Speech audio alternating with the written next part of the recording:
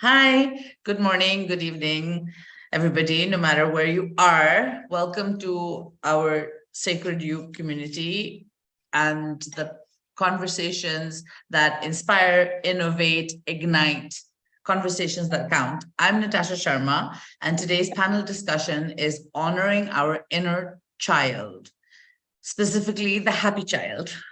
I have a wonderful panel with me today.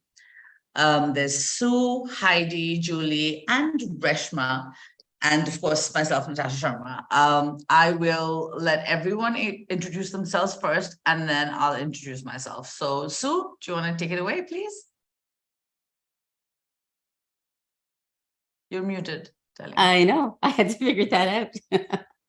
Hi, everybody. I'm Sue Rumack, and I am an overwhelmed strategist and an empath trainer. I help the overwhelmed professional who is in danger of burnout to control their feel too much gifts that threaten their success and often leads to early burnout. So I've got tons of testimonials where people say that they got life-altering results. And we work with somatics, we work with visualization, and we do all of the things that most coaches and therapists don't do. We kind of jump into new territory. So my happy place is working with people who are on the verge of burnout and just bringing them back to helping them to have a much more successful life. I'm also an author of channeled spiritual books and real world grounded in science, combined with spirituality courses, emails, and guides designed especially for the empath. And I've been told that I glow, and that's all about me. Nice. I love it. That was a wonderful, wonderful, wonderful introduction. So welcome. Thank you. Heidi, would you like to go next? Tell us who you are, what you do, and where you're from, please. Sure. Thank you, Natasha, and thanks for running this panel. It looks like it's going to be so much fun. So I am a transformational coach, and my favorite thing is working with women when they're ready to become their own best friend. And we do that by transforming the sort of negative chatter and voices in our head and the parts of us so that they become our friends and allies. And that's what I love to do the most. I am a best-selling author and a speaker and a whole bunch of other things. And if anybody wants to see that, they can go to my website. Like Sue, I love incorporating somatic work, the body, all of those kinds of things, because we live in our body. And if we're not best friends with our own body and our own being, I mean, you're with yourself 24/7 from conception till your last breath. We need to be our own best friends. It just makes such a difference. So that's my latest man wagon. That's wonderful, Heidi. Thank you so much. And welcome once again. Hi, Julie. Would you like to go next and introduce yourself? Tell us where you're from and what you do. Absolutely. Thank you so much for having me again. These are my favorite gatherings. I'm Julie DeLucca-Collins, and I am the founder of Go Confidently Services, but more importantly, I am an author, also a speaker, but I love working with women specifically who are looking to really take charge and become the CEOs of their life and business. Although I like helping individuals who are passionate and have a really deep-seated purpose to build a business. Really, if they are not really in touch with their heart, they're not really in touch with what is going on in their spirit and their mindset, it's really difficult to do so. And I help them specifically through mental fitness, finding out who their saboteurs are, and really connecting again to that inner voice and inner wisdom that we all have that sometimes we stopped hearing. I love speaking to people also on my podcast and radio show, and it's always a pleasure to be here. And it's a pleasure to have you, Julie. That was a wonderful introduction, just as everyone else's. And I'm just feeling that those of us who have come together today are just going to have the most amazing conversation. So thank you all for being here. And last but not least, Reshma, would you like to introduce yourself and tell us a little bit about yourself, where you're from, what you do? Yeah, sure. I'm Reshma Bhojwani. I am the founder of Flourish With Freedom and also the author of Pandemic Budgeting and Finances, How to Use Piggy Banks and Stop Counting Sheep. And I help women live a freedom lifestyle, since a lot of women struggle with that and they stay stuck in unhappy marriages and careers due to being afraid of society and culture and what they have to say, and they care more about that versus their own happiness. And so I help them to gain the clarity, the courage, the confidence to put themselves first and live the life they deserve and desire, and to gain more trust, faith, and belief in themselves, and do what they want that makes them happy and live a joyous, happy, peaceful life.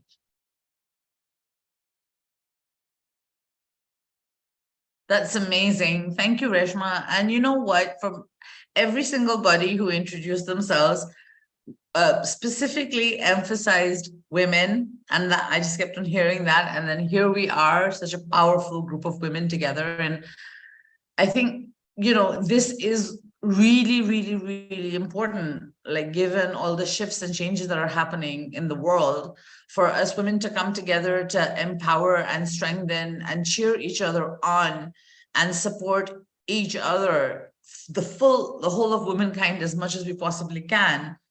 And so it's just my honor and privilege to be here. I'm part of the Sacred You community, and it really has been life affirming as much as life changing.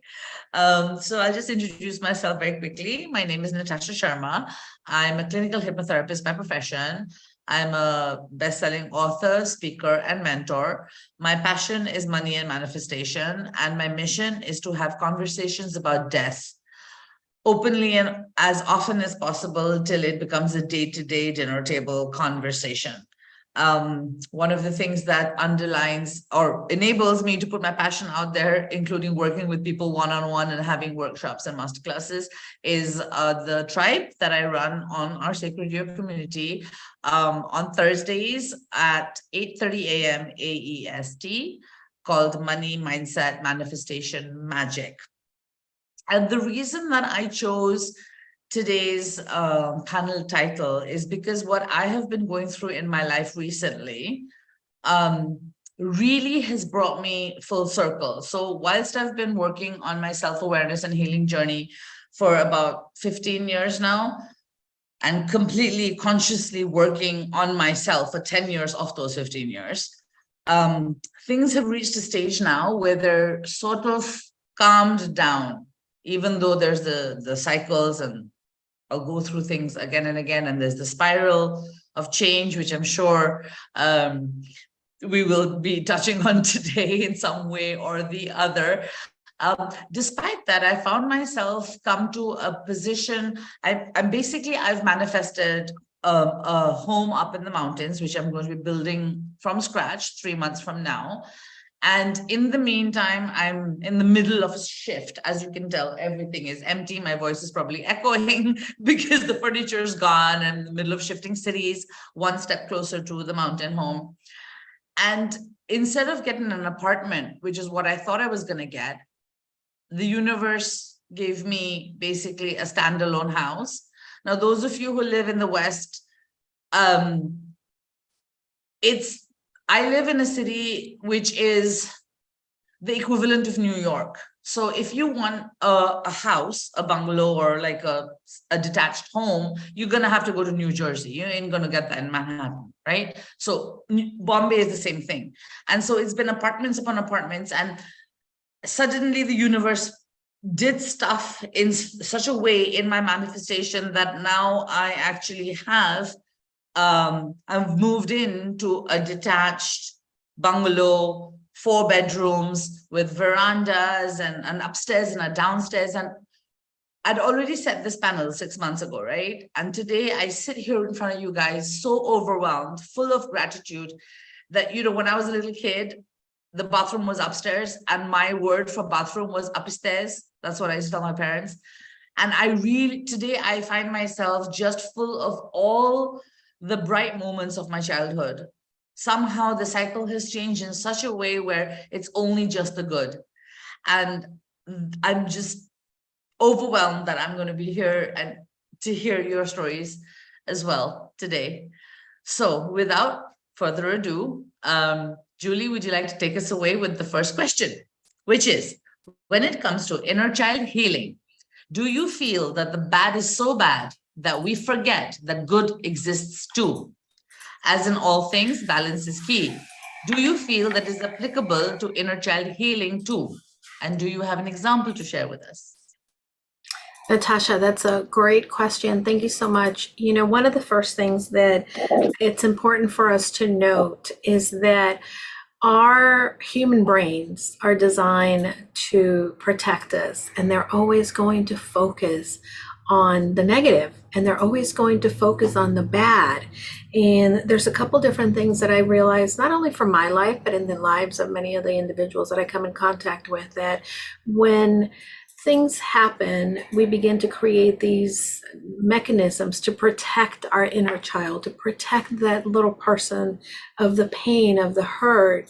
And we may not necessarily look to ignore it or not pay attention to it in ways, but at the same time, it is there. Is that prevalent? It's kind of like having a little rock in your shoe, that it just bugs you, and maybe you take the shoe off and you're trying to figure out what is there, why is it so prevalent?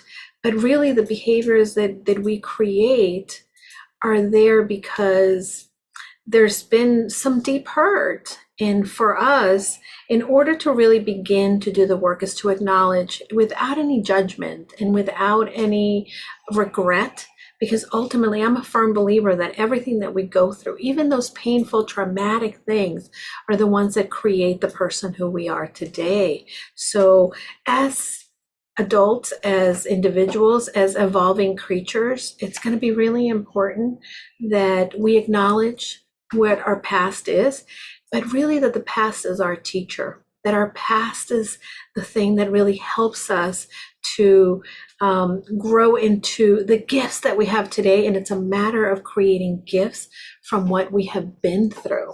I know that some of the work for me, I look at some of the painful situations that maybe I put aside or try to create other behaviors to sort of make up for that. And I realized that embracing that with love and compassion and kindness for myself has been one of the best ways to really love and nurture that inner child in me, but also be able to move forward without any regrets. I absolutely love that. Yeah, compassion and kindness. That is what it is all about at the end, isn't it? Heidi, so would you like me to repeat the question? No, I think it's okay. Okay, good. It's So a take bit it away much, then. but I think it's okay. And I love everything that Julie said. I have to agree with that. The part that I think I want to add is where, when you look at our physiology, we're actually created for joy. You know, and you look at children, even when they've had severe childhoods. I have, and you can read that in books and stuff like that. I don't go into a lot of detail, but I came from a very severe childhood. Yet, if you look at most children, even when they're going through severity, they still always seem to find joy. What happens on top of that, like Julie was saying, is then our mind, which is really, as it starts developing, because when you think about it, the mind doesn't really develop until you're 6, 7, 8, 9 years old. Prior to that, when you look at the brain science, you're basically in a dream, the equivalent of a dream state the whole time. And that's not to say when severe things happen that causes a difference. But so what's interesting is all of a sudden, especially in teenage, we find ourselves wanting all this joy, yet our mind is trying to keep us safe. And I think it's one of the fun things about being human, and I know that sounds absurd, but it is kind of one of the fun things about being human is when you kind of start figuring that out. How do you make allies with the mind? How do you know, yes, it's trying to keep you safe in an environment. So for example, I was recently at a conference, and I'm very empathic, and Sue can understand when you stay wide open like that and haven't figured it out, all of a sudden you're in a room, you're taking everything in and you're trying to heal everybody. And I thought I was going to a conference for therapists, but I was actually going to a conference that turned out that it was people with severe mental illness there to find tools. So I had gotten that mixed up, which is fine and wonderful, except I had gone into it a lot more open. And all of a sudden my judge was going off in my head like crazy. And I'm not normally that way. My judge doesn't normally look at people and say, oh, look at what she's wearing, look at what he's doing. It doesn't do that. So I stopped and I'm like, okay, what's going on? What are you trying to tell me? And I could physically feel my judge go, thank God you finally heard me. Put up your shields. You're trying to heal everybody in the room. And all of a sudden I realized in my body, I'm like dragging down, my energy's gone down. But that was the only way my judge could get my attention. And my little girl does that too. So it's that, and as soon as I was able to do that, I was able to just go back into joy and sort of being like the inner child, that little happy child. But it was a matter of having to, because I've become allies with those voices and things, the stuff that was here to keep me safe, my little girl actually comes out and plays a whole lot and very easily. So I think that would be what I would add, because Julie had such great things to say. So I would just add that on top. Nice. Thank you, Heidi. Could I just request you, I mean, you spoke about your little girl so nicely and so naturally that the first few times I actually thought you were talking about your daughter. So for those who are listening, who don't actually may not know what the inner child story is all about, would you care to just like take us away in explaining what we're actually talking about? What are inner children and who's this little girl? Could you do that for us, Heidi, please? Sure. So in my belief system and the way I look at things, we have different archetypes within us. We have a judge, we have a saboteur, we have the prostitute, we have all these different things, and we're made up of those. So one of those beings within us is our child. It's our inner child, so to speak. And that's the one, like when you're having fun, and all of a sudden, like when you're all of a sudden, even as an adult, hanging out, like when I hang out with my granddaughter. Have you ever noticed how most adults, they get around a little kid and, all of a sudden they, quote unquote, go down to that little kid's level. What's really happening is your inner child's coming out and let's go play. Or when you just are in that place of pure joy. And that to me is where the happy inner child is. We also have the one that's part of the inner child that throws a tantrum. We may, if for those of us who had severe childhood abuse, we may have a very wounded child that hides and doesn't want to come out and may only be able to come out in ways that are extreme, like they feel threatened. So all of a sudden, I just got done working with a client, and when she came to me, when anything would happen that was like an abandonment issue, she thought she was being abandoned. This screaming banshee 3-year-old would just come flying out, and she could not control it. Once we were able to start integrating those parts in her, and that child knew that the adult of her was going to protect her, that child started playing and having a lot more fun, going to the library, doing all kinds of things, being able to hang out with her parents again. So it's that part of us, the happy one is the one that just wants to play and do all kinds of creative fun and have joy. And then you have different versions of that. Did that all make sense? Absolutely. And you tackled a huge, big subject very, very beautifully and concisely. And I apologize for putting you on the spot, but I think you did it complete justice. Thank you, Heidi. Sue, would you like to go next? Would you like me to repeat the question? I know it's like a long 2-part question, but Now I'm muted. Okay. Actually, Uh-huh. I've got your question in front of me, so I'm fine. Nice. Awesome. Awesome. Okay. So I agree with everything that Heidi said and everything that Julie said, because each of you brought another piece of the puzzle. And in my opinion, in my experience, which may be different from Heidi's and Julie's, I believe that the question you asked was, when it comes to the inner child healing, do you believe that the bad is so bad that we forget that the good exists too? I've got a client that I'm working with right now who has multiple inner children. Her psychiatrist says she's not schizophrenic because she doesn't identify them as separate beings. They are all pieces of herself that she recognizes and believes are talking to her, expressing themselves through her. And her bad inner children are the ones who have the most control over her. And what she's come to realize is, this is an answer to your question. And what she's come to understand is that her happy inner children are happy. There are all those years when she had good experiences and they're happy. They don't feel that they need to come in and mitigate and negotiate with the unhappy, wounded children, inner children. They feel that she needs to become the adult to parent the wounded children herself. And so they have stepped back all these years, she's in her mid-40s, and left her to deal with these tantruming inner children. And there are about 5 of them at different ages.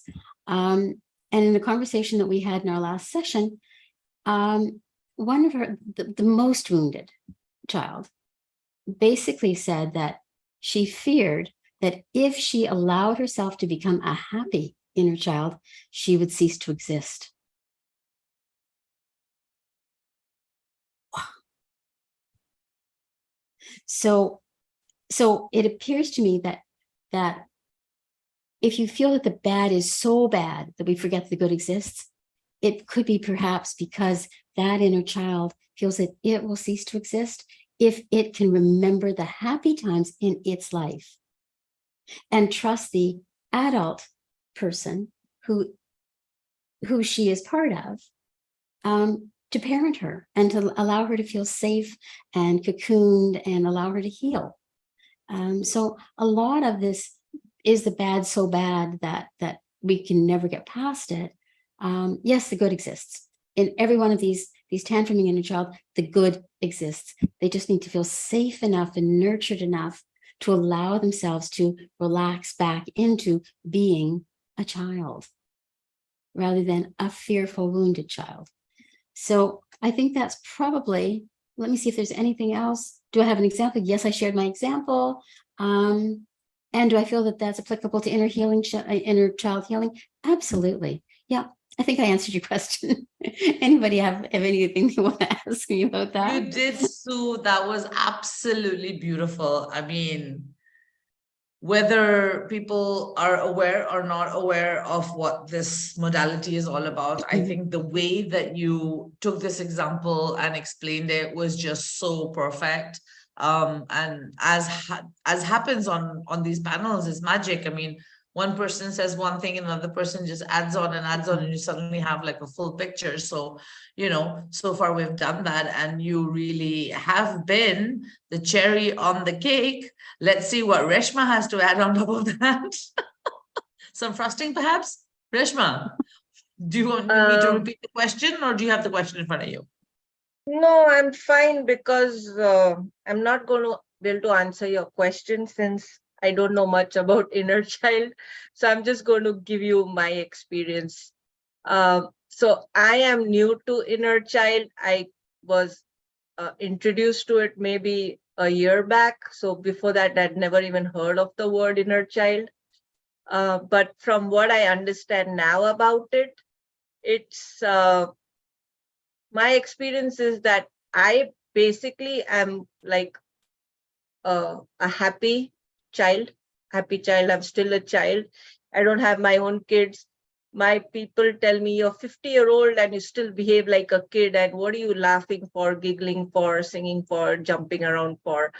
And now what I understand is that means I have a happy inner child. So I feel good about it because I wouldn't be doing these things. And in the society, it's not considered a good thing. They feel I'm not matured enough and I'm still being a kid.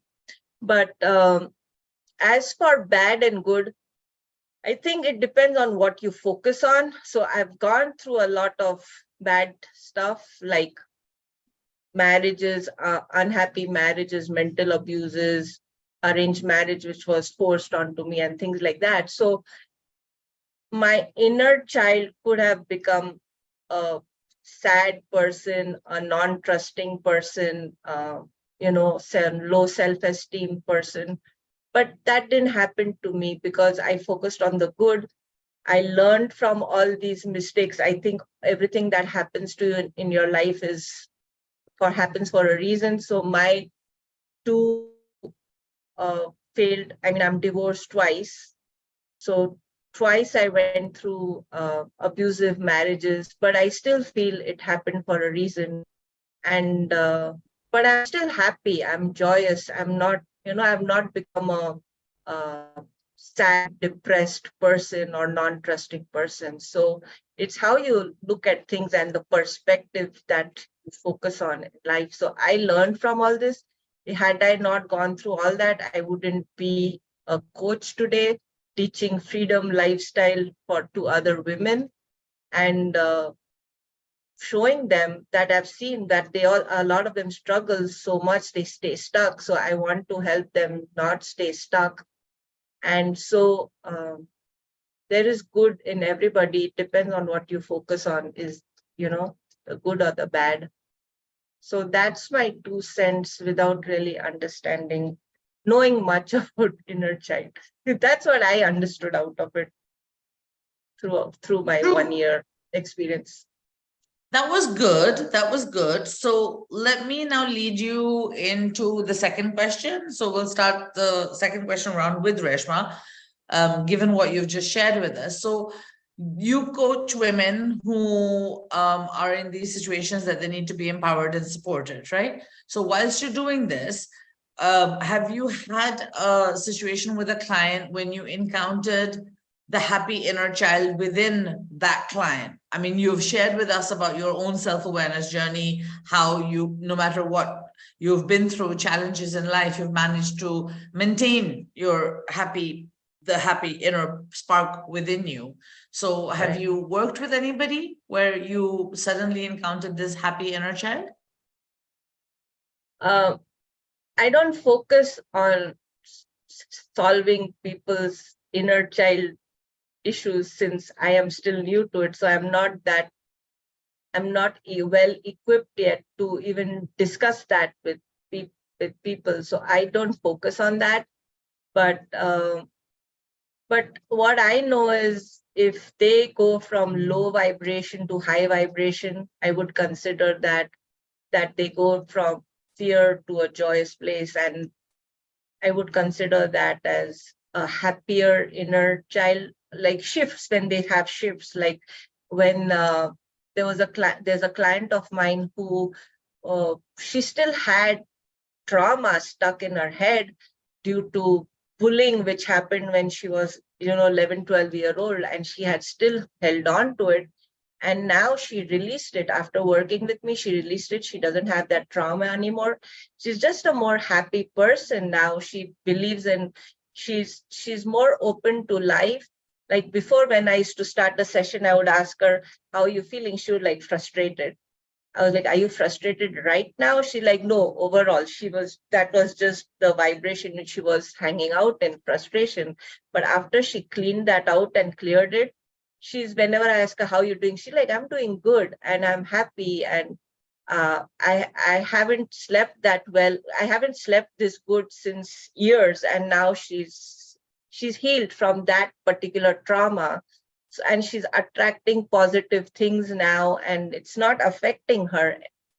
The people she like, I went for a wedding and I met one of the women who had bullied me. And before healing, because of the sessions we worked together, she's like, before we did this healing session, I would have thrown the glass of wine on her face. And now she was just very happily said, hi, how are you doing? Caught up and left. Like it didn't affect her. compared to how she would have reacted. So I would consider now that as a part of her happy inner child and a healed child, at least for that particular trauma. She has plenty of other traumas, but yeah. Nice. Thank you for sharing, Reshma. Heidi, what about you? Do you have an example? I want to giggle at what Reshma was saying, because that's so true. It's like it was the two children, the one that wanted to throw the wine in the face.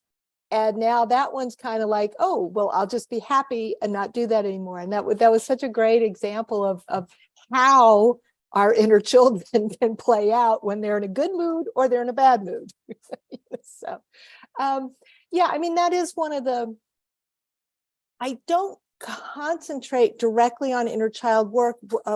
A big part of what I do with clients is having them recognize the parts that they're in disharmony with and bringing them back into harmony with the parts in it, because we're all made of multiple parts. Psychology used to try to say that we're a mono mind and we shouldn't have all these bazillion voices and we should only have one way of being, but we're not that. How you behave at the grocery store versus how you behave in front of your boss versus how you behave when you're in a good mood with your partner, with your own children. We have all these aspects to us that are just wonderful. And what I find is, especially the women that I work with in their 30s and things, because I do work with a lot of severe trauma. That's kind of where I specialize in. And what I find is once they start talking to and making friends with the parts of them that are harsh or they're afraid of, or the judge or something, what kind of miraculously happens is these happy child starts coming out, and the creative child starts coming out, and they start, because they're now, instead of fighting themselves inside, they're making friends with being inside. So those parts of them that want to play and want to be in joy just kind of naturally start arising. And, sometimes we'll talk about it. Yes, that's your inner child. And sometimes we don't. But yes, I see that often in my clients, because most of them have such wounded children, like Sue was saying, some of them don't even want to let go of that. And they don't want to let go of that wounded side, because does that make what they did to them correct? Does that, and it doesn't. So it's that interesting dynamic that Sue was bringing up, and things about all of those, the balance to just allowing ourselves to enjoy life and go back into that pure joy of being and that pure flow of being. That's what I love most, is when you see somebody that's really just been tormented and they're back in the flow of life and enjoying life and being joy, because we really are biologically designed for joy. The way our health goes, the way everything goes, when we stay in joy, we tend to not get sick, our bodies stay strong, all those kinds of things. Whereas when we're in stress and in those other places, we're creating the chemicals that physically hurt us. So it's an interesting, it's all interesting that way. Absolutely. And, Heidi, thank you once again for just approaching the subject and the question in the way that you have, and unlayered so many complex things, but presented them so beautifully and simply that, that one could just follow it. And I think that is the theme, isn't it? That, of course, we're all a mixed bag of things, like ourselves, first of all, and then our clients. And I suppose what you said, Sue put it out there, that it's about the safety, isn't it? Like what I keep on saying to people is that all children want is to feel that they're loved and that they're safe. That's it. That is the core thing, from whether you talk about conscious parenting or not.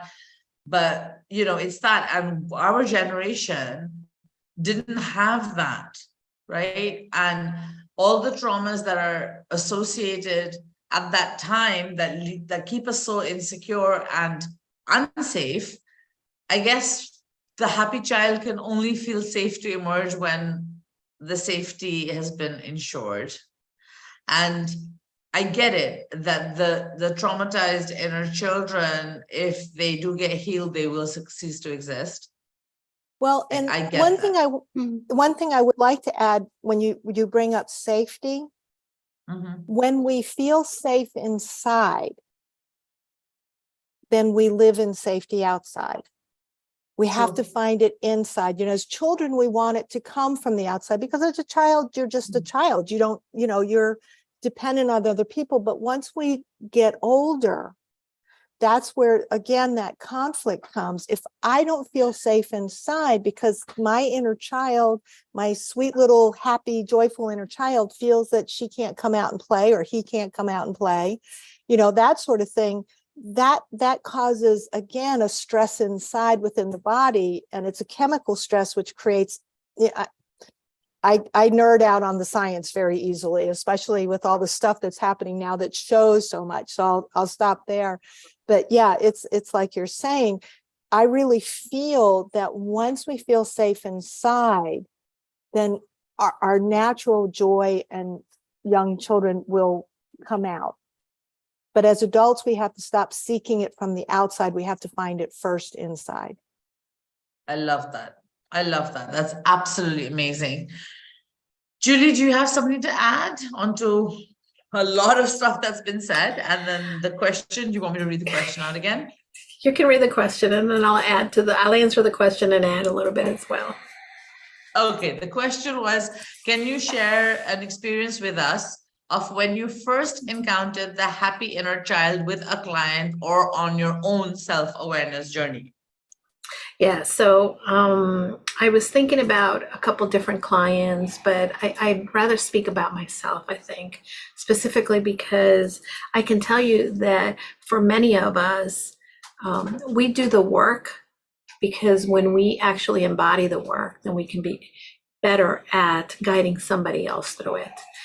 Since the pandemic started, and I think that, you know, again, I had a great loving childhood, but that didn't deter from trauma occurring in my life. And there's certain things that were never addressed within my life. And I never thought of myself as having been someone who experienced trauma, and yet there it is. And with obviously COVID-19, going into lockdown, pivoting from a corporate career, and having to move, and then grieving the loss of someone special again, you know, through this process. So many different things. And then I started to realize that there were little things in there for that inner child that she never really addressed, that needed to be addressed. And although in theory, I can help someone through it, right? I definitely have been schooled and worked through, get you know, trained in ways to help someone. It's not until you really embody the work. So I started to really do the work. And by the way, it's not easy. But what I found is that when I found, and I go back to the compassion, when I found the love and compassion for my little Julie, right? Then, and allowed her to be curious, and allowed her to come out and sort of explore and really give her a voice, which doesn't happen very often, then I could understand what are the things that we tend to be resistant to as humans. What are the things that sometimes we need to create as a nurturing environment for others, as we have created them for ourselves. I'm listening to each of the experiences in the panelists here, and what an array of views, but experiences that ultimately were saying the same thing in so many different ways.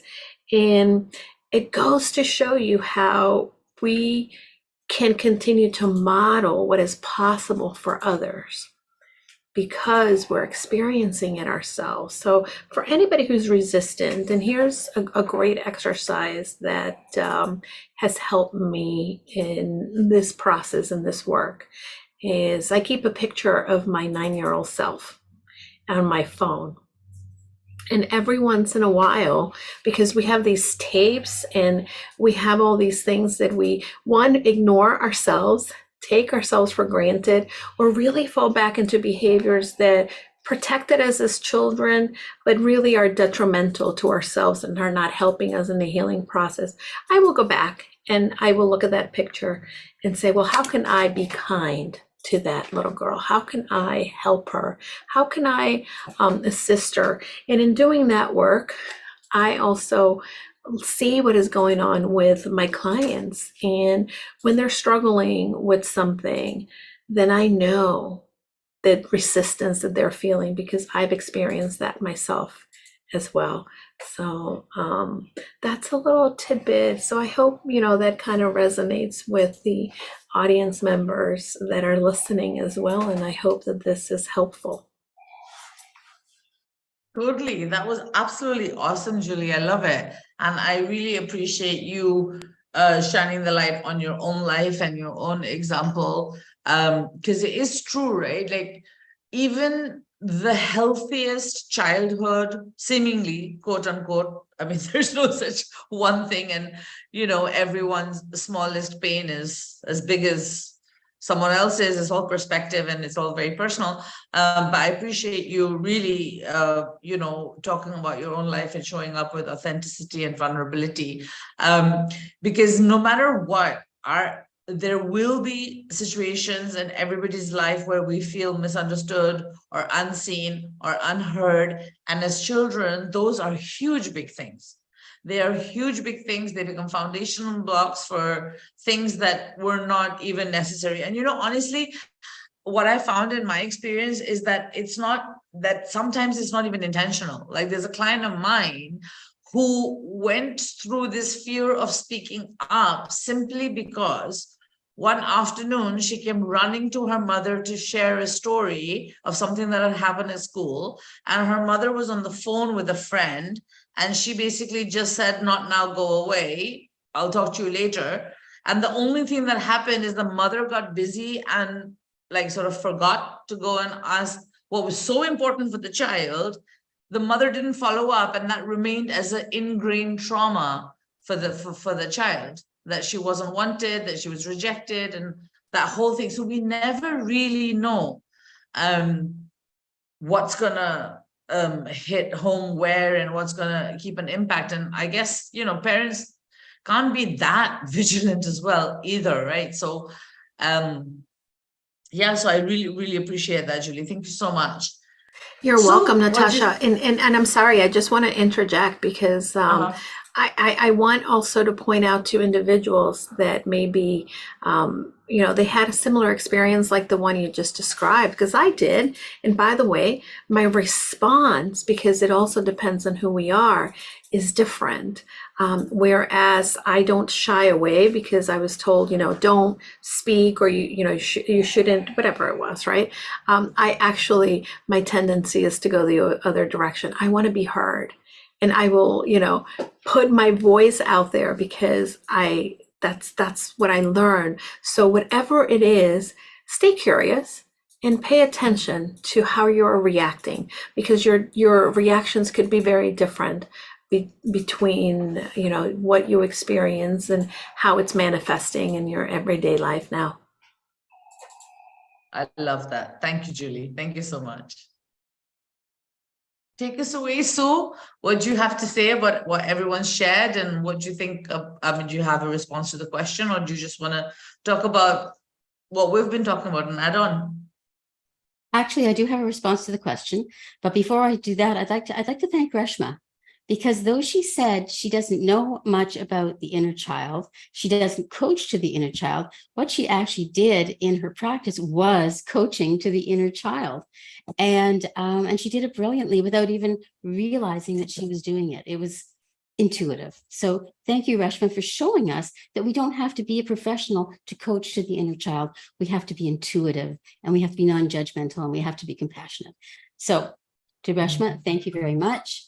And oops, one moment. And my phone is going. And I'd like to thank the other ladies as well, our other experts, excuse me, as well, because they each brought a piece, another piece of the puzzle. My experience, and I'm going to go as Julie did with my experience. mainly because every single one of my clients brings an inner child issue. No matter who they are, no matter what they bring, inner child is always at the base of their insecurity. It's at the base of where they restrict themselves. It's at the base of where their trauma triggers actually get reinforced until they deal with the inner child. And for me, dealing with the inner child means compassion. It means no judgment. In other words, as a coach, I come to it without any judgment. And I ask them also to come to talking to their inner child from a place of no judgment and no restriction, and giving permission to have those conversations. So for me, my own experience, I was born right after the Second World War. And at that particular point in time, the way families were structured is that children were taken care of by their parents, but also taught to fight their own battles.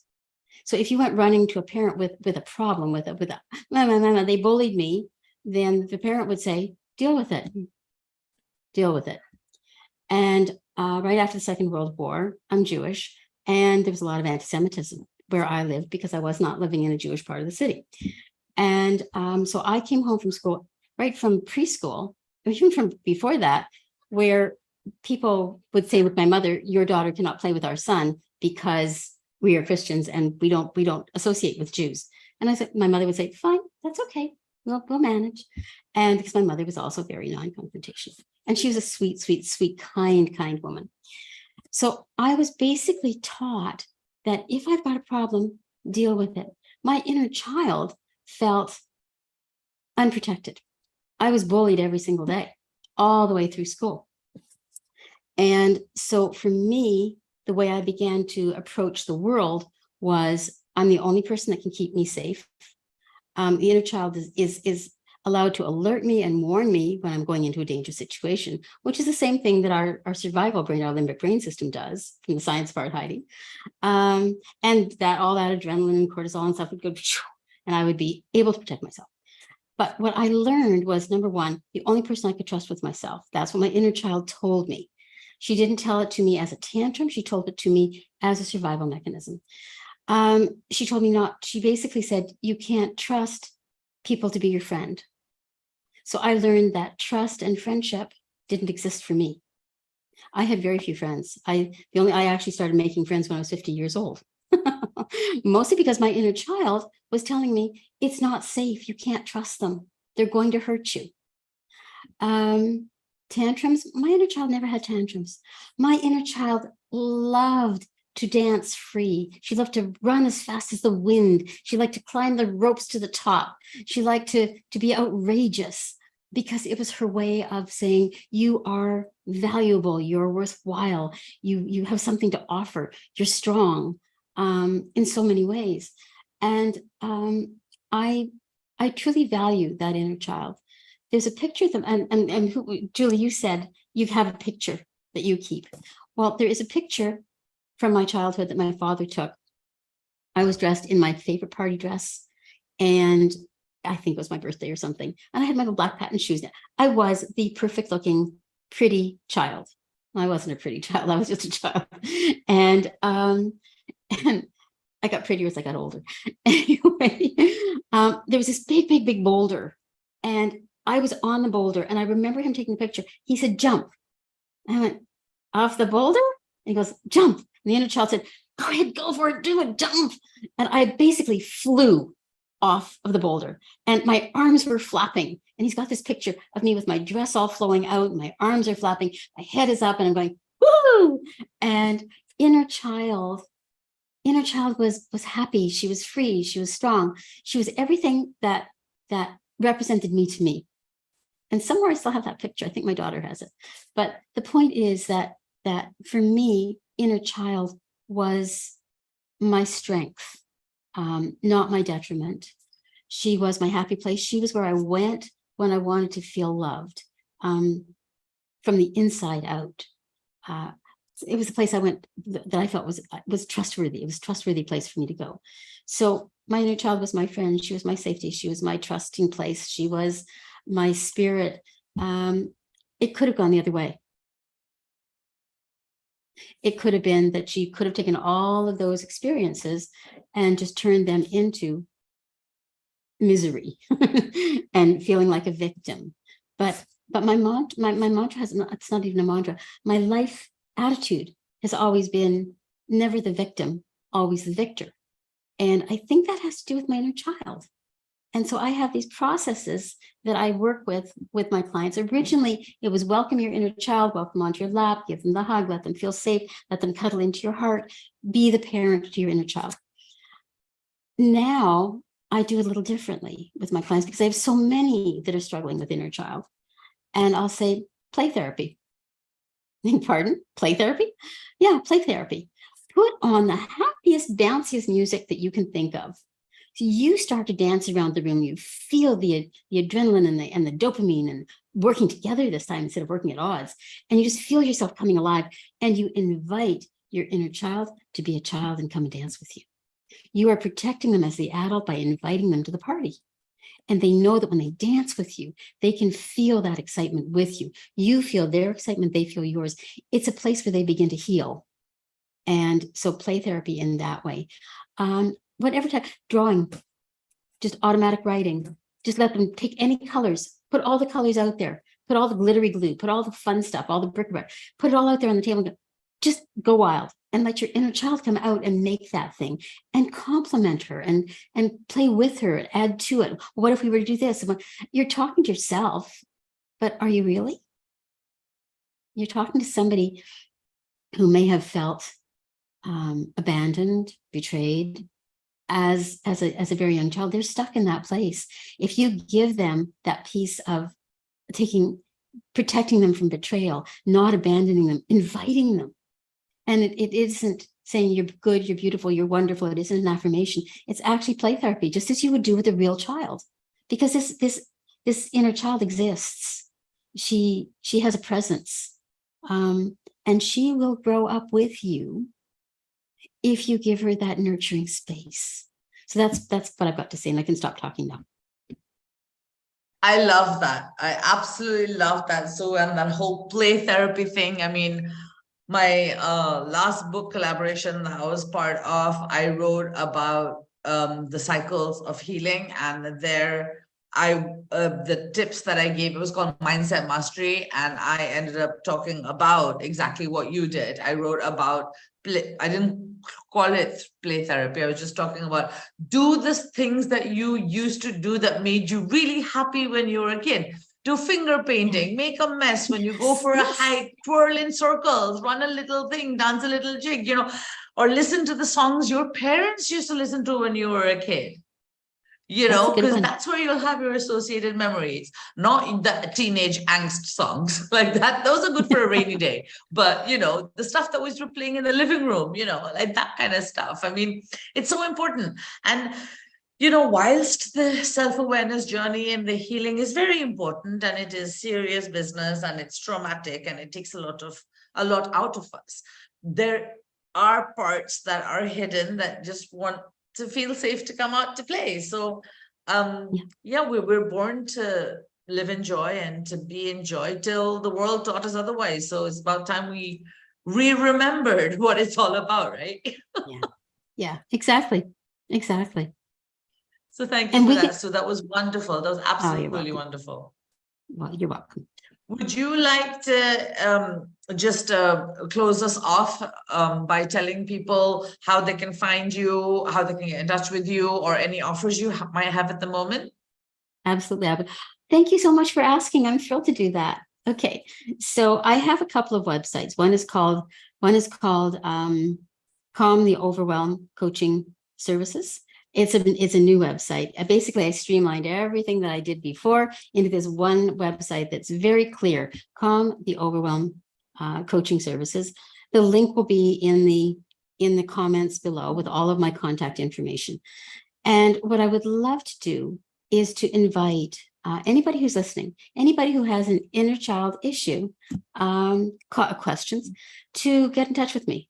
On my website, you go to the contact page, you click on it, and there's a little questionnaire that you get to fill out, and we can set up a time anywhere from 60 to 90 minutes. It's a free conversation. It's all about you.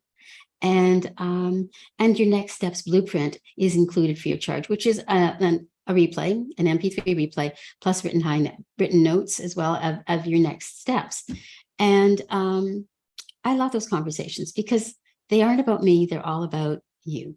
And you get to bring whatever it is that you're talking about, whether it's overwhelm, whether it's HSP and empath sensitivities that you're having a hard time dealing with and controlling, understanding, learning how to work with them, learning how to retire them. All of those things are things that we need help with, especially if we're highly sensitive people. Highly sensitive people, psychiatric term HSP, common term empath, and or the crybaby, or the one that is too sensitive. You have to get a thicker skin. So these are the people that I work with. These are my special people, my happy place. So visit my website, talk to me, and it's free. The first conversation, of course, is free. It's a discovery conversation. So thank you. Oh, I will also be, sorry, I just need to add this. I'll also be running some programs, some courses for empaths and for empath healers on how to calm the overwhelm and heal the broken places within yourselves. That'll be happening through sacredyou.love, and that will be happening probably in the very late summer, early fall. I'm a tribe leader, Life-Force Activators, also on Sacred You. We meet every second Tuesday at 8:30 EST, Eastern Standard Time.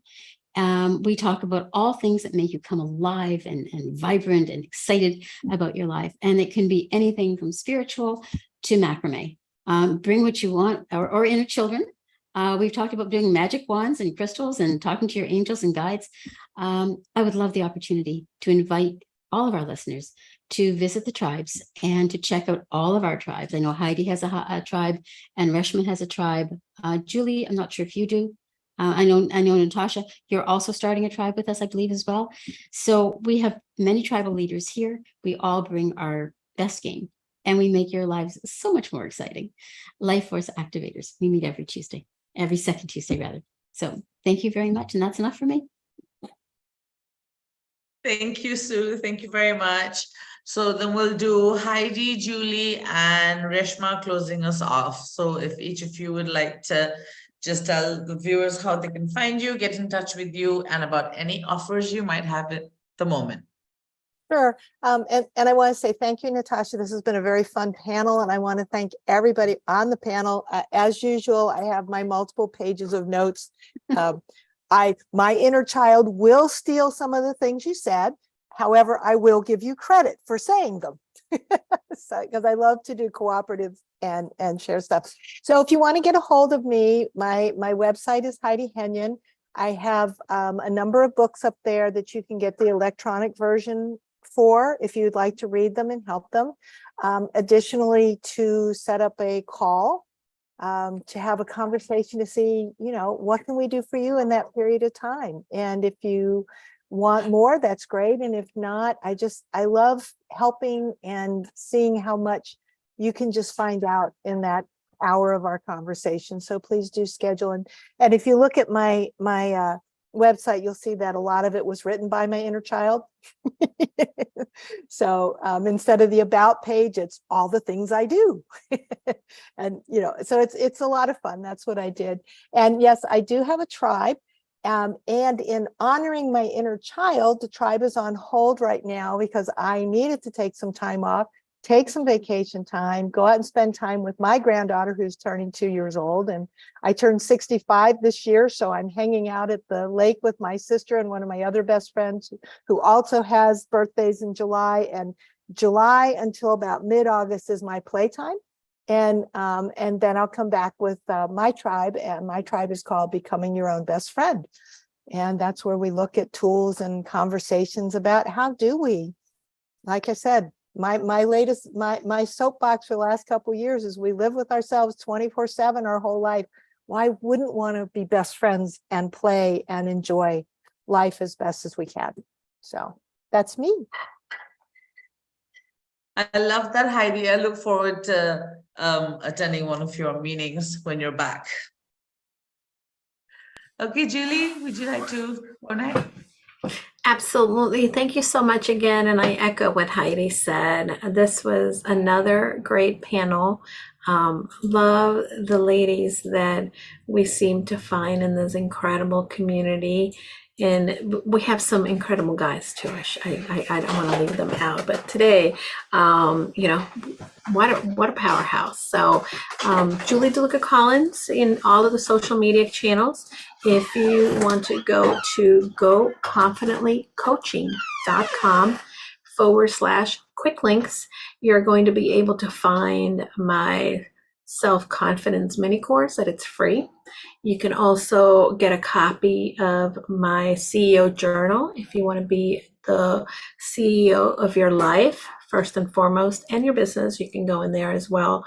There's a lot of really great questions, learn habits, etc. You can go there. My podcast, which a lot of these conversations that we touched upon here are similar themes that I cover on the podcast. I actually had someone who is an intuitive leader for neurodivergent individuals on the show this past week, and she blew my mind.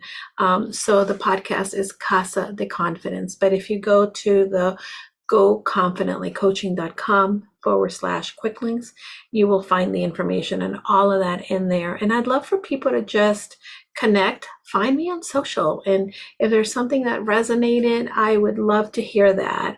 I'd love to hear where you are in your journey as we continue to find more confidence, live in our purpose, and really make a ripple effect in the world for others. So that would be awesome. Brilliant. Okay, thank you, Julie. Reshma, would you like to tell us what you have to offer and if you have any offers and how people can get in touch with you? Yeah, sure. On sacredyou.love, I have my tribe. I host the Flourish with Freedom, and we meet every Friday at 6 p.m. Eastern Time. And we have thought-provoking discussions, and it's all about gaining the confidence, courage, and clarity so that you can live the freedom lifestyle that you choose. And I also have my website, which is flourishbizcenter.com, and you can learn more about me there. And also you can join my group, Facebook group, which is called Flourish with Freedom. So I would love you all to come and play and learn how to gain freedom in any way you want: inner freedom, outer freedom, financial freedom, whatever freedom. I'm all about freedom. I love that, Reshma. Thank you so much. Thank you. I actually haven't attended one of your tribe meetings yet. I shall make a point of doing so as soon as I'm settled. I am, like I said, in the middle of flux, so I actually don't have much to offer as of this point in time, except for the tribe that I host on our Sacred You community on Thursdays at 8:30 a.m. Australian time. It's the Money, Mindset, Manifestation, Magic Tribe, and we meet weekly. We're a powerhouse of women who show up to celebrate each other. And what we do in our manifestation journeys in that 1 hour is talk about anything in our lives that are significant, basically we use that space to shake up any kind of stale energy. So we state an intention of things that are not serving us so we can let it go and call in more of what we desire. And this space is so sacred and everyone loves on each other so hard and so genuinely that some amazing shifts have happened. So it is definitely a magical room. So please do come and join us. At least come and see one room and see how it works for you. So that's it. Otherwise, my website is there, mind-bodyspeak.com. And you can write to me at Natasha at mind-bodyspeak.com. And I think that is all for today. And I have to thank these wonderful ladies for joining me today. And I shall hand over to Sophia right now. Thank you, Sue, Heidi, Julie, Reshma. From the bottom of my heart, I am so grateful. Thank you. Thank you, Natasha. I just want to take a big shout out to our beautiful facilitator, Natasha. It's the first panel that you've facilitated, Natasha. Wonderful. I've been sitting here in the background, putting everyone's links in with our beautiful Angel as well. And it's been a wonderful conversation. Thoroughly enjoyed, really, really enjoyed hearing all about everyone's stories and how inspirational it is and getting to know and connecting with our inner child. So really well done, Natasha, and thank you everyone for joining us. And for everyone who has been watching, thank you for watching. Do click on the links below. Connect with these amazing women who have just taken an hour out of their day to share their passion and their wisdom and even their experience. Reshma, well done. Just sharing your experience of the inner child, really your personal experience. It's so inspirational. And like I said, for everyone who's watching, click on the links. Come and join us again. We've got more panels coming up. In fact, very, very soon. I did have it here. Let me have a very quick look. No, it doesn't want to have a very quick look. So we won't worry about telling you what's coming up. Click on the links. Find out what's coming up. We've got so many panels coming up in the very near future. And again, thank you, everyone, and have a beautiful day wherever you are in our world.